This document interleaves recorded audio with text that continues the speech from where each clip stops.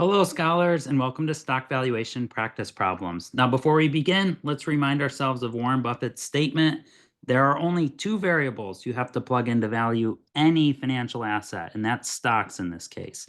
That's simply the stream of cash in, which are called dividends, and ending price, and out, the price today, between now and judgment day, which we assume is a perpetual stream, discounted at the proper rate of interest, also called the required rate of return, discount rate, etc. So let's start with a one-period model. If you hold a stock for 1 year, what happens? A stock expects to pay a dividend of $5.26 per share 1 year from today.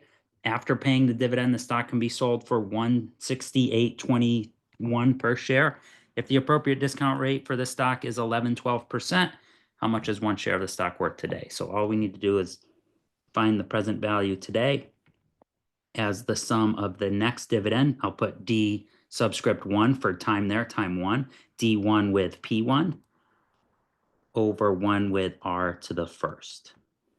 So the present value at time 0 or today is just this. So we take the 526 with the 168.21 over 1 with 11-12% would be converting this into decimal form first, which means moving that decimal place 2 places to the left. So that's 1 with 0.1112 to the first power is just it will be itself. So we take 526 with 168.21 equals, that's our numerator, divided by 1.1112. And that's 1 with 12%. So that's going to be $156.11 per share. Next is a general dividend discount model. A stock expects to pay a dividend of $3.15 per share 1 year from today, $3.90 per share 2 years from today, $4.65 per share 3 years from today, at which time it looks like we can sell the stock for $146.85 3 years from today. All right, so on a timeline, this is what we're dealing with. We're dealing with time 0, that's today. At time 1, a dividend of $3.15. At time 2, a dividend of $3.90. And at time 3, we have 2 cash flows. We have the $4.65 in dividend, plus we expect to be able to sell the stock for $146.85. So here I would recommend the uneven cash flow approach. So look at the cash flow button, and it's going to work with the NPV one. So cash flow, clear everything out by pressing second, clear work at the bottom. Skip over cash flow 0, there's no cash flow today. We're going to scroll down to cash flow 1, which is the first dividend of $3.15. Enter down, leave the frequency of that at 1. You only get it one time. Second cash flow is $3.90. Enter down, again, frequency is 1, go down again. The third cash flow is the dividend of $4.65 with the ending share value or terminal value, horizon value of $146.85 equals $151.50. So we're going to enter that for our third cash flow and then compute net present value. Our discount rate is 17.7%. So now the calculator has time, magnitude, and risk. And we're going to just scroll down and then hit compute for NPV. And our NPV is the value of the stock today of $98.41. Now we have a perpetuity or zero dividend growth case. A preferred stock pays an annual dividend of $1.73 per share indefinitely. So it's a perpetuity. Investors require a 14.44% rate of return on this preferred stock. What should be the price of one share of the stock today? So the present value today is just the dividend over the required rate of return. So we have 173 over 14.44%. And again, I had to move that decimal 2 places. It's a perpetuity. This is the appropriate equation to use in this case. 1.73 over 1.444. $11.98 per share. All right. Another perpetuity case, a mature company means it's large company, maybe they pay a steady dividend, and it does, it's a constant dividend of $9.76 per share on its stock every year and is expected to continue paying this amount perpetually. The stock is selling Today, 498.32 per share. What is the expected rate of return on this stock? So all we have to do is rearrange the same equation. PV0 equals D over R. And in this case, we are given the price today. The present value is 98.32. We have the dividend of 976 over R. So we're just going to cross multiply those. So R will be 976 over 98.32, which will come out to 92. And that's in a percent, so that's 9.93%. You just have to multiply that by 100 to get it back into percentage form, 993%. Now we have a growing perpetuity or a constant dividend growth, often called the Gordon growth model. A firm expects to pay an annual dividend of $3.15 per share on its stock 1 year from today. Based on the historical dividend payment pattern, an analyst assumed the dividend will grow at a constant rate of 2.21% per year indefinitely. The appropriate discount rate for this stock is 18.68%. What is the value of one share of the stock today? So in this case, the present value today is equal to the next dividend times 1. So I'll put a subscript there of 1 over R less G. And a firm expects to pay an annual dividend. That is the next dividend. That is D1 because it's happening 1 year from today.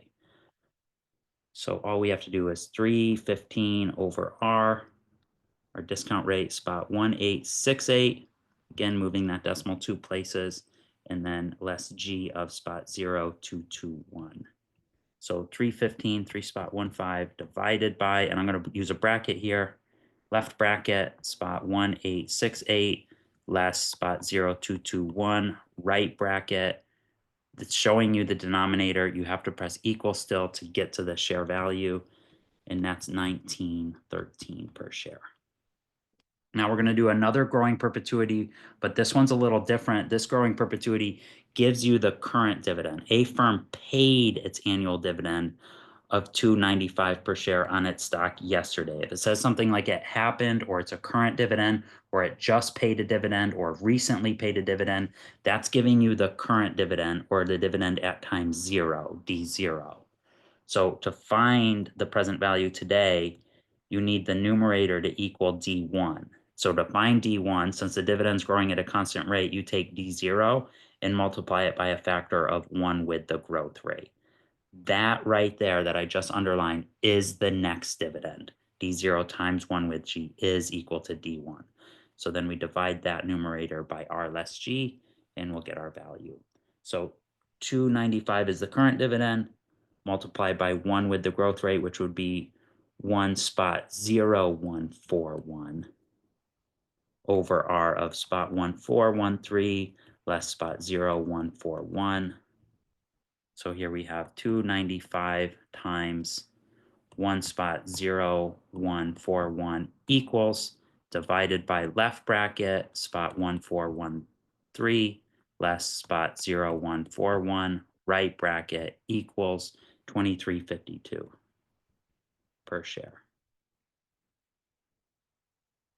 We have a growing perpetuity again. A stock is currently priced in the market at 157.09 per share. The stock is expected to pay a dividend of 7.28 per share next year. It's expected to pay next year. That's dividend 1, time 1. The dividend growth rate is steady at 1.27% per year. What is the expected return on the stock, assuming it is correctly priced in the marketplace? So we're going to rearrange these and solve for the required return, which is comprised of the dividend yield, which is D1 over P0, with the capital gains yield G.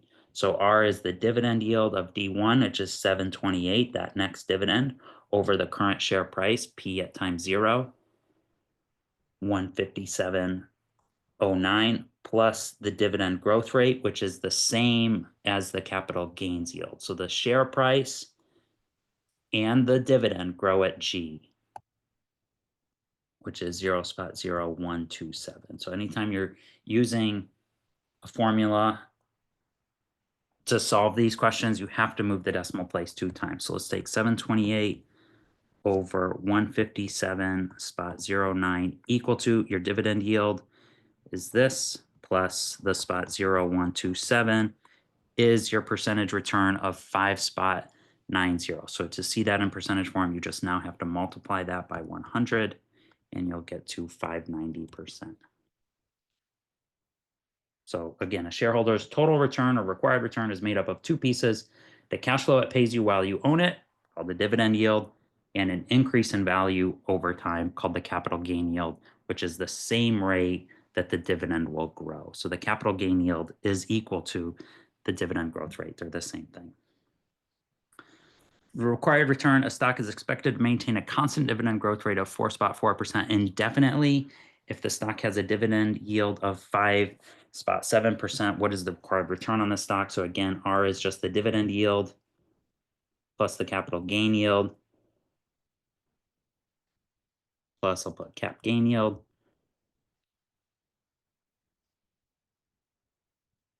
So our total required return is the dividend yield of zero. It's just good to be in the habit of moving that decimal two places for anytime you have a percentage in a formula. 0.057 with the capital gain yield of 0.044. How did I know that was the capital gain yield? Well, the capital gain yield and the dividend growth rate are synonymous with the growing perpetuity equation. So all you have to do is take the 0.57 with the 0.044, and you have your total required return at 10.10%. So again, that's a percentage. If you want to see it in percentage form, all you have to do is multiply that by 100, and there you have it. Now we're going to learn about using multiples to value a company. So you're analyzing a mature company and have decided to use multiples to help aid you in valuing the company. You've identified 4 comparable firms in the same industry whose NTM, or next 12 months PE ratios, are given. What is the median NTM PE ratio you should use for your valuation multiple? So to find a median, these are ordered and from small to large. So there's no need to rearrange these. You just cross off your lowest and your highest. And in this case, we have an even number given. So our median is the average of the middle two. So it's just 1352 with 15.77 over 2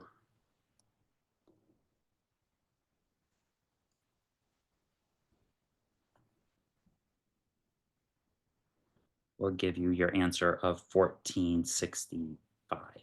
Now, if there were an odd number, so say it was an extra one out here of, I don't know, 28, or even if it was some really large outlier of maybe 150, you would still cross off the smallest and the largest, then again, the smallest and the largest. With an odd number, in this case, we just have to select the middle one. So the median would have been 1577 if there were an odd number of ratios. All right, now the use of multiples. A firm belongs to an industry whose median PE ratio is 2134. This PE ratio is expected to be constant in the next several years. The firm's earnings per share, or EPS subscript 0, is 887. Earnings per share is expected to grow at a rate of 282% per year in the next 5 years. Use this information to estimate the current stock value using the TTM, or trailing 12 months multiples approach. All you have to do there is the price today is equal to the PE ratio of your benchmark. So that median PE ratio that you just learned how to calculate in the question before, times your earnings per share. And we're not going to use a forecast of earnings. We're just going to use trailing 12 months. So past earnings. That's a multiply sign there. So just the price today would just be your PE ratio of 2134 times earnings per share of 887. And if you did that correctly, your price today, or at time 0 is $189.29. Thanks for joining me today with stock valuation practice problems.